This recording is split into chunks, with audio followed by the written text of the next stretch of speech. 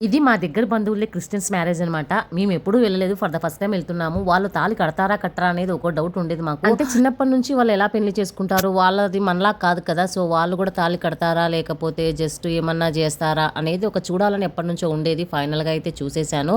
So, Christians పెళ్లి చిన్నప్పటి నుంచి ఎప్పుడూ చూడలేదు. ఫర్ ద ఫస్ట్ టైమ్ చూస్తున్నాననమాట. మొత్తానికి వాళ్ళు కూడా ముడుములు వేస్తారు. మనం తాళి బొట్టు మెడలో వేసుకుంటాం కదా! వాళ్ళు దాని ప్లేస్‌లో శిల వేసుకుంటారనమాట. బిళ్ళ వేసుకుంటారు మెడలో. అట్లా తాళైతే కట్టేస్తారు.